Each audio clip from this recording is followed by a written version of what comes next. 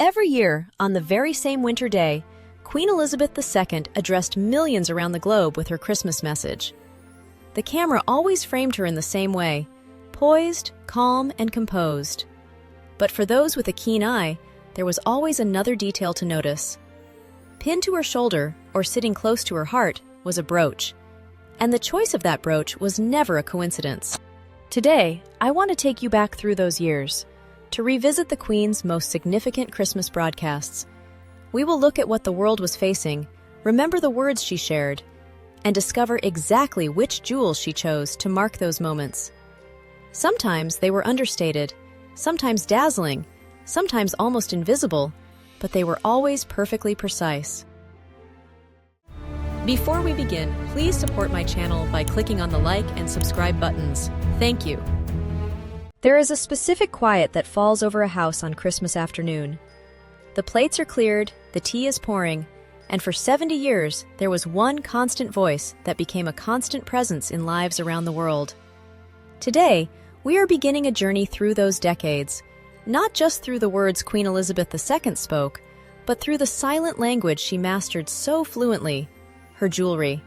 Let's go back to where it all began, to a time before the cameras, when the tradition was still finding its way. Let's turn the clock back to 1952. This was the Queen's very first Christmas broadcast. She was just 26 years old. It was a radio broadcast, recorded in the study at Sandringham, and the setting itself was heartbreakingly poignant. She chose to sit at the same desk and in the same chair that her father, King George VI, and her grandfather had used for their broadcasts. The shadow of her father's death was still very heavy that year. In her speech, she paid a moving tribute to him, acknowledging that she was now speaking to her people from her own home. But she also looked forward. She asked the world to pray for her ahead of her coronation, which was to take place the following June. She spoke of a new faith in the old and splendid beliefs, a theme of balancing the past and future that would define her reign. For this audio broadcast, though the public couldn't see her through the radio, photographs were taken, and her choice of jewelry was deeply sentimental. She wore the sapphire chrysanthemum brooch. This sapphire and diamond piece, with its petals closing around a center of mystery, wasn't just a royal heirloom. It was a symbol of her personal happiness. She had received it in 1946 when she launched an oil tanker named the British Princess, but more importantly, she wore it during her honeymoon with Prince Philip at Broadlands. By wearing it in 1952, at the end of her hardest year, she was perhaps holding on to a token of her happiest days as a young wife. 5 years later, everything changed. 1957 marked a technological leap, the first televised Christmas broadcast. It is fascinating to watch the footage now. The Queen sits in the long library at Sandringham, acknowledging that she must seem like a remote figure to many, but hoping that this new medium would make her message more personal and direct. And it wasn't without its hiccups. While the Queen spoke of high ideals, freak weather conditions caused a radio signal interference. For a few seconds, listeners didn't hear the monarch, but an American police officer saying, "Joe, I'm gonna grab a quick coffee." It's a charming reminder that even in the most regal moments, real life has a way of breaking in. She spoke about the bewildering speed of change in the modern world, warning against unthinking people who might throw away ageless ideals like honesty and self-restraint just because they seemed old-fashioned. Because this was the first time she was truly seen by millions in their living rooms, her visual presentation was crucial. Interestingly, she chose not to wear a brooch at all. Instead, she relied on the one piece of jewelry that would become her signature for the next 7 decades, her 3-strand pearl necklace. Now, I want to pause here for a moment, because not all pearl necklaces are the same, and there is a lovely detail here for those of us with a keen eye. We know that the Queen had at least 3 of these signature 3-strand necklaces in her rotation. There is the one she received from her grandfather, King George V, for his Silver Jubilee in 1935, which is famous for its perfectly matched pearls, all relatively uniform in size. Then, there is the coronation gift from the Emir of Qatar, a piece whose exact visual characteristics are often harder to pin down. And finally, There's the necklace she commissioned for herself in 1952, shortly after her accession, using family pearls. This one is distinct because the pearls are graduated. They are smaller near the clasp and get larger toward the center, much like a diamond riviere. Looking at this historic 1957 broadcast, the necklace she is wearing looks different from her grandfather's perfect rose. To me, the graduation is visible. I believe she chose to wear her own 1952 commission. It feels significant, doesn't it? For her first television appearance as the modern monarch, she didn't wear the pearls of the past, but the necklace she had made for herself, her own symbol of sovereignty. I wonder, do you remember seeing that broadcast? Or perhaps you have seen the grainy black and white footage since. It is quite poignant to think of families gathered around those small screens, seeing their young queen in her own home for the very first time, stripped of regalia, wearing just those simple, luminous pearls. As we move into the 1960s, the tradition settles, and the brooches return with a message of stability, and perhaps something more personal. By 1960, the queen had been on the throne for 8 years. It had been a year of mixed emotions. She spoke of the tension and uncertainty in the world, referencing the terrible earthquake in Morocco and the challenges of the Cold War. But it was also a year of intimate family joy, marking the birth of Prince Andrew. She thanked the nation for the flood of kindness she received upon his arrival. It was a year of stark contrasts. She spoke of the tragic earthquake in Morocco that claimed 12,000 lives, calling for global solidarity. But she also spoke as a mother who had just welcomed a new life. Balancing these two roles, head of state and mother, required a symbol of absolute composure. For this broadcast, she pinned the magnificent Queen Mary's Lover's Knot brooch to her dress. This is a piece of true history, a large scalloped diamond bow acquired by Queen Mary in 1932. While it represents royal continuity, in 1960, I believe it carried a much softer, romantic meaning. Just months earlier, in May, the Queen had worn this very brooch to the wedding of her only sister, Princess Margaret. The brooch is a lover's knot, a Victorian symbol of unbreakable affection. By wearing it again for Christmas, at the close of a year defined by a royal birth and a royal wedding, she wasn't just projecting majesty. She was subtly celebrating love and the tightening bonds of her own family amidst a turbulent world. In 1962, she wore it again, reinforcing that sense of continuity. It's almost as if, after the experimentation of the 1950s, she found her uniform. A solid color, the trusty pearls, and a brooch that spoke of history. It is a style we came to expect, isn't it? But as we moved into the late 60s, color, and a new era of travel, began to change the picture completely. The monochrome era of the monarchy came to a dazzling end in 1967. For years, the audiences has been accustomed to seeing the Queen in silver-gray tones, her diamonds merely bright sparks against a dark screen. But technology was moving as fast as the culture of the swinging 60s, and when the Queen sat down to deliver her Christmas message that year, she did so in full color for the very first time. It must have been a daunting shift, suddenly having every detail, every fabric choice, and every gemstone broadcast with such unforgiving clarity. Yet, Elizabeth embraced this new vibrancy with a choice that was nothing short of brilliant, both literally and metaphorically. She wore the Australian wattle brooch. If you have ever seen the golden wattle in bloom, you know it is a burst of intense, joyful yellow, the national flower of Australia. This brooch captures that energy perfectly. It is a stunning spray of yellow and white diamonds, designed to look like the fluffy golden blossoms of the wattle and its foliage. It was a gift presented to her during her grueling, triumphant Commonwealth tour of 1954, her first visit to Australia as a young queen. I find it fascinating that for this debut in color, she didn't choose a traditional white diamond heirloom from the vaults of Queen Victoria or Queen Mary. Instead, she chose something modern, something yellow, a color that would have been lost in black and white, and something that spoke directly to the Commonwealth. It was a masterclass in visual diplomacy. The yellow diamonds caught the studio lights, signaling a modern monarchy ready to face a technicolor world. In 1971, the broadcast felt different. Viewers weren't looking at a queen on a throne-like chair. They felt invited into a domestic scene at Buckingham Palace. We saw a mother sitting with her younger sons, Prince Andrew and Prince Edward, leafing through a family photograph album. For this intimate setting, she pinned a very specific treasure to her pale blue dress, the Duchess of Cambridge's brooch. Now, when we hear that title today, we immediately think of Catherine, the current Princess of Wales.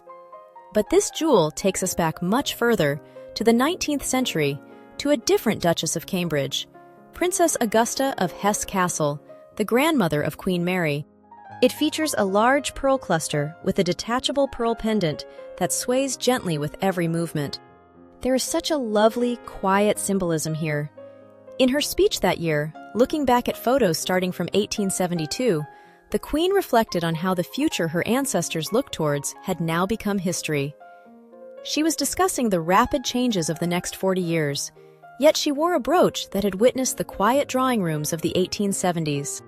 It feels like a deliberate emphasis on continuity and heritage. Pearls, in the royal tradition, have always whispered of modesty, stability, and everyday elegance. They are not the flashing gems of an imperial conqueror.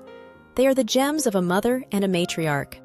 By wearing this heirloom while looking at family photos with her children, she was telling us that while the world changes and technology advances, the values passed down from generation to generation, represented by that century-old pearl, remain the anchor.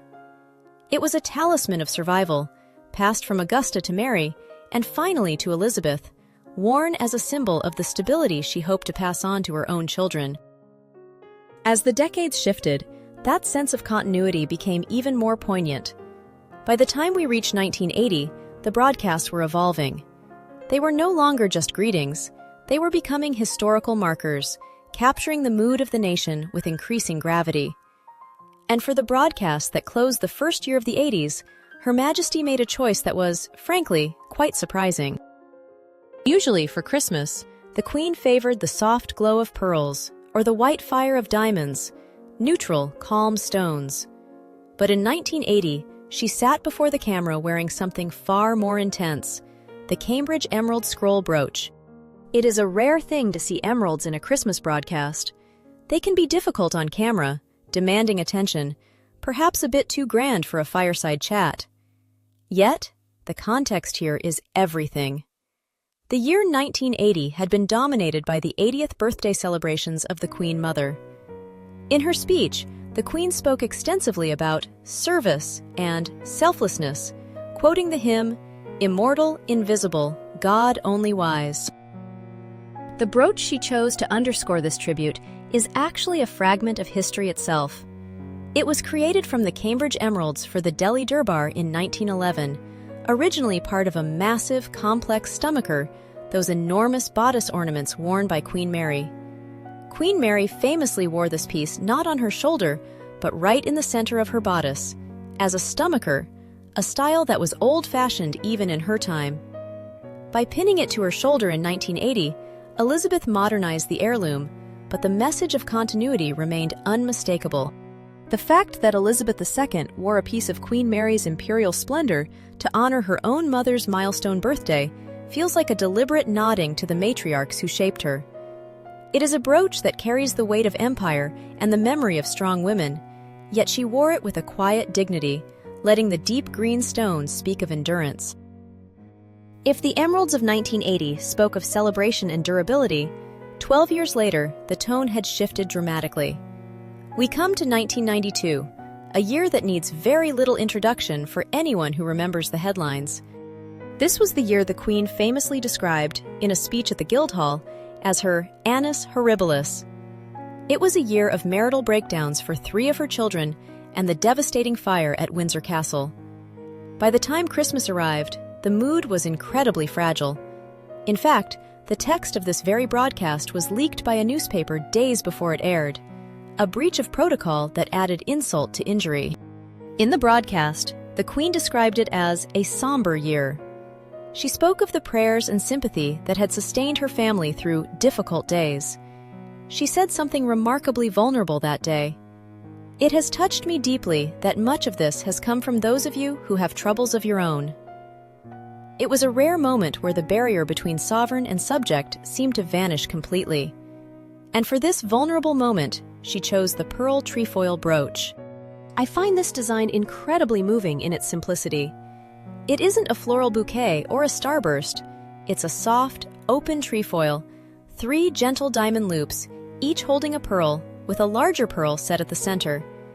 It entered her collection in the 1980s, but we don't know much about its provenance. Against the red fabric, that open-work design looked almost fragile, yet beautifully composed.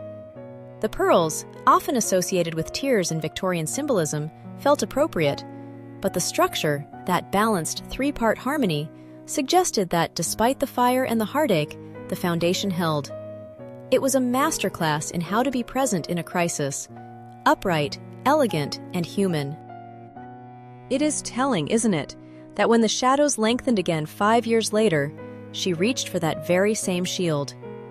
1997 was a year that shook the monarchy to its foundations. The tragic death of Diana, Princess of Wales, in August had left the country raw, and the mood was incredibly fragile.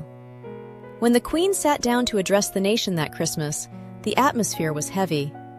She spoke of the shock and sorrow of Diana's death, but also of the quiet satisfaction of her golden wedding anniversary with Prince Philip. Joy and grief, sitting uncomfortably side by side. And there, pinned to her shoulder, was the pearl trefoil brooch once again. The same brooch she wore during the annus horibilis. It feels deliberate, doesn't it?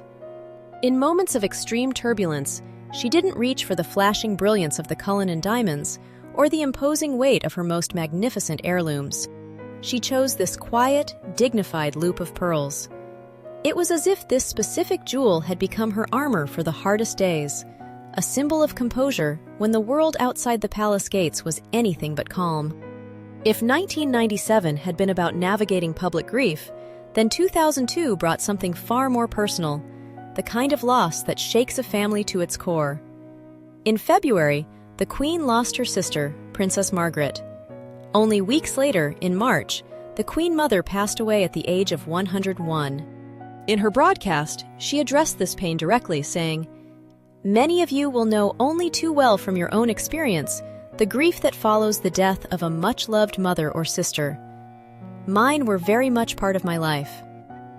It was a confession of heartache that made the Golden Jubilee celebrations that followed seem even more brave.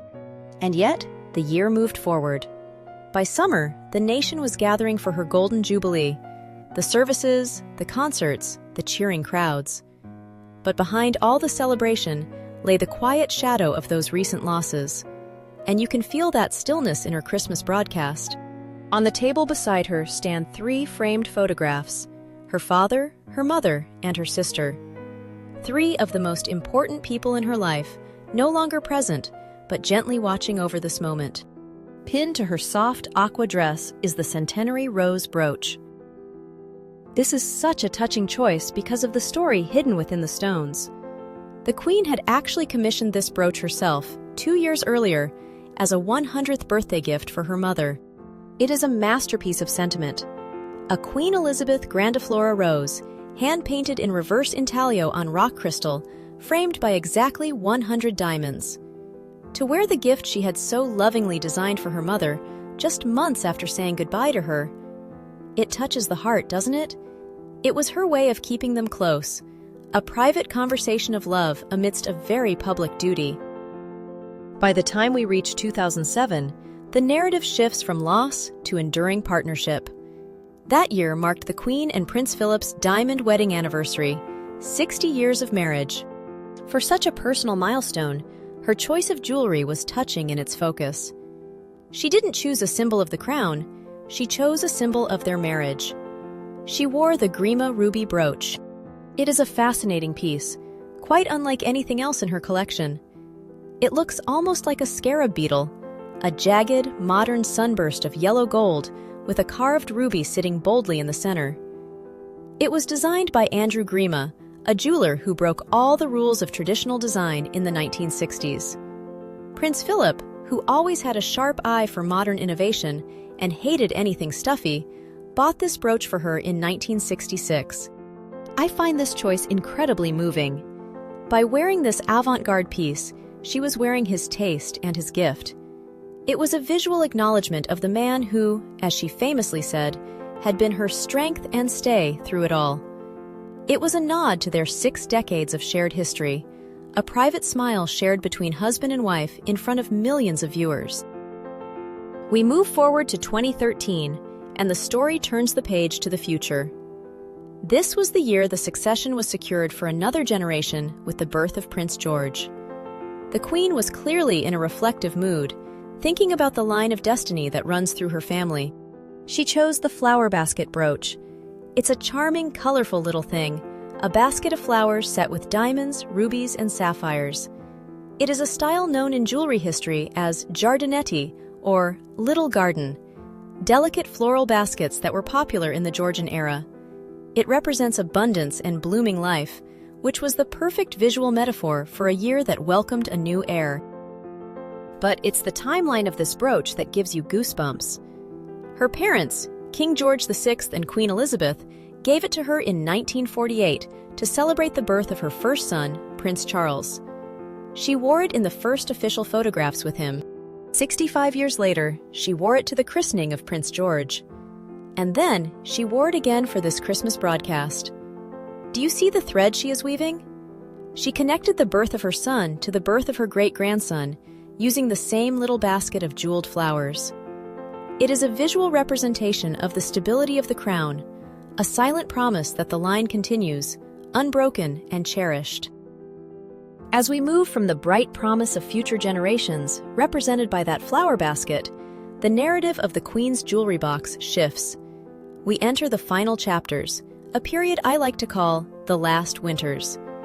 Between 2017 and 2021, Her Majesty's choices became less about dynastic continuity and more about personal reflection, endurance, and profound love.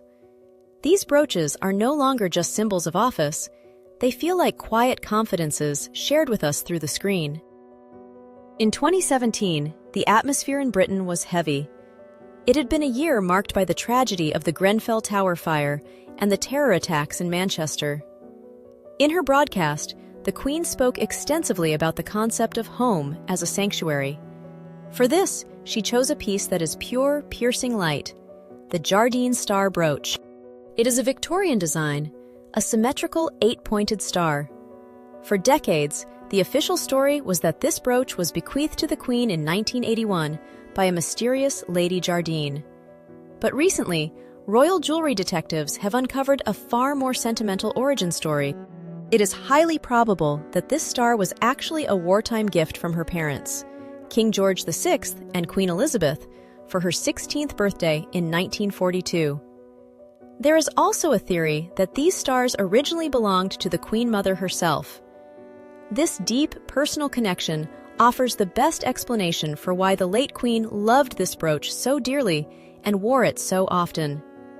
It was not just a jewel, it was a memory of her parents and the safety of home. And this gives her choice in 2017 a specific resonance.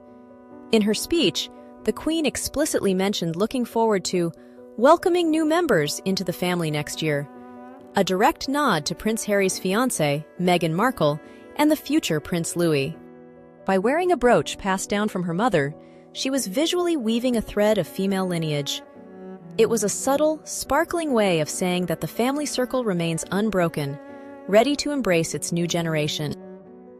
3 years later, in 2020, the world had changed completely. We were deep in the silence of the pandemic. The Queen was at Windsor, isolated from her family, just as so many of us were. The broadcast was stripped back. Fewer cameras, no family gathering. She spoke of a quiet, indomitable spirit and reassured us that we need life to go on. On her shoulder sat a piece of history, the Courtauld Thompson scallop shell brooch. This is a magnificent piece, designed in 1919. It is a large, pave-set diamond shell with a single pearl at its center and 5 cascades of diamonds dropping from it like water, or perhaps like tears. This choice was incredibly deliberate. The brooch was a favorite of the Queen Mother. In fact, she wore it for her 100th birthday celebrations. By wearing her mother's signature jewel, the Queen was invoking the spirit of the Blitz generation, that resilience that got Britain through the war. It was a subtle visual message. We have weathered storms before, and we will weather this one. It was also a tribute to the unnamed heroes, as the brooch was originally left to the Queen Mother by a writer, Winifred Hope Thompson, specifically as a mark of admiration for her work during the war. In that same speech, the Queen spoke of the unknown warrior, whose tomb in Westminster Abbey represents millions who put others above themselves. Wearing a brooch connected to the Blitz spirit was her way of drawing a line between the sacrifices of 1940 and the sacrifices of 2020. In the quiet of that 2020 winter, that diamond shell was a beacon of endurance. And then we come to 2021, the first Christmas without Prince Philip. The speech was unusually personal. She spoke of one familiar laugh missing. On the desk beside her sat a single photograph, the Queen and the Duke of Edinburgh celebrating their diamond anniversary. In the photo, and on her dress in the studio, she wore the same piece, the sapphire chrysanthemum brooch. We know this jewel well. We spoke of it at the very beginning of our journey. This is the brooch of her honeymoon in 1947, the symbol of a young, carefree love basking in the sun at Broadlands. By wearing it now, alone, she was quietly evoking the memory of those happiest days. But there is a second, even deeper layer to this choice that brings our story full circle. Do you remember where we started? The very first Christmas broadcast in 1952?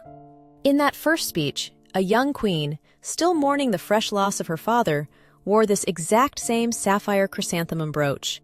She wore it at the dawn of her reign, in a time of grief. She wore it at the twilight of her reign, in a time of grief. Of course, she could not have known that this would be her final Christmas broadcast, and yet, perhaps without even realizing it, she closed the circle. The very same brooch that accompanied her first words to the nation also accompanied her last, a perfect, unplanned symmetry to 70 years of history. Looking back at these 70 years of broadcasts, one thing becomes very clear.